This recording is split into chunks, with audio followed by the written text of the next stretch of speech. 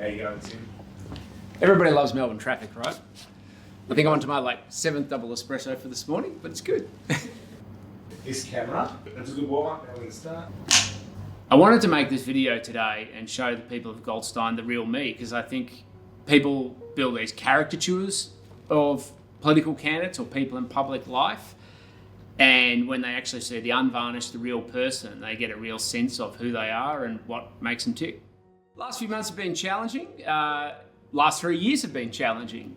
I've come off what has been a pretty grueling political contest. I've had to assess life, make decisions about what you want to do, where you want to go, and what matters to you. And it actually goes to the core of who you are, your values.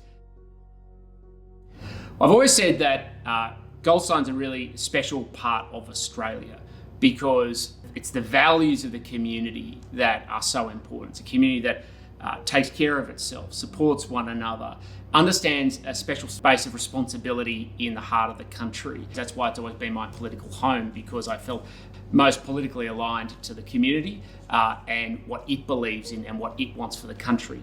But in terms of the nation, I guess my views have always been anchored around the idea of the strength of a nation comes from citizens, families, communities and small business. And these days we see so many politicians who see the strength of the country coming from Canberra, corporates imposing things down.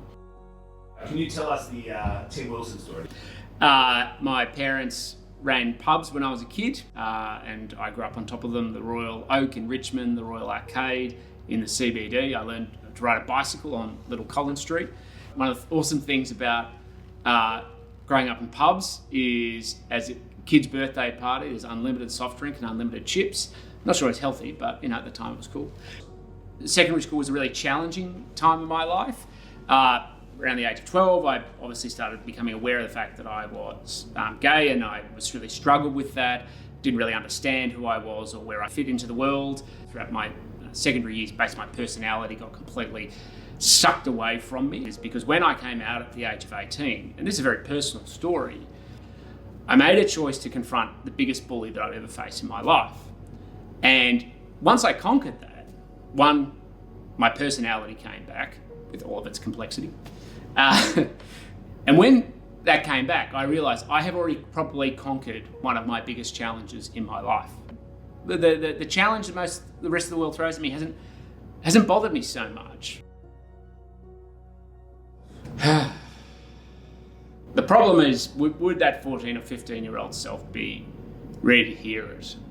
What would I say to my 14, 15-year-old self?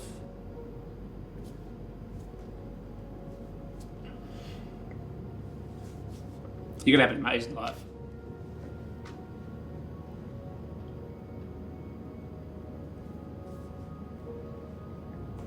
So at age 26, I found myself couch surfing during a rental crisis in Melbourne, and glandular fever. I'd finished a contract at work, and I was taken in by a family of friends of mine, a Jewish family who supported me what was supposed to be for a few weeks, but basically ended up being about 6 months. And it was a really challenging time in my life because it obviously taught me about the importance of stability and how much home had a place for my security in life. I still don't like gefilte fish. I'm not sure I ever will, with the greatest of respect, but I do have a healthy collection now of yarmulkes. Every time I hear someone who's a young Australian say that they don't think that they're going to be able one day to own their own home, it sort of feels like a part of our national soul dies. When we lose that sense of, the great Australian dream, as some people say, but that sense of aspiration, I think our country is losing its way. And we need to make sure that at every step we're changing the culture, because this can't go on. Yeah. If I'm fortunate enough to win, the first thing I'm going to fight for very strongly is community safety, because whether it's the crime on our streets or the expansive anti-Semitism, it has been the failure of leadership and moral clarity that has led to this situation, and that's what we need to restore. I want to get elected to take responsibility. And I think that's one of the most challenging things in our democracy is too many people want to get there, they want the office, they want the title, they want the status, but they don't want the responsibility. That's what drives me. To the people of Goldstein, the one thing I want to leave you with is that I think the future is going to be bright, but I think we're going to have to fight for it. That's it. That's a wrap, Tim. Thanks. All good? Thanks, guys. Authorised by S. Smith, Liberal Party, Melbourne.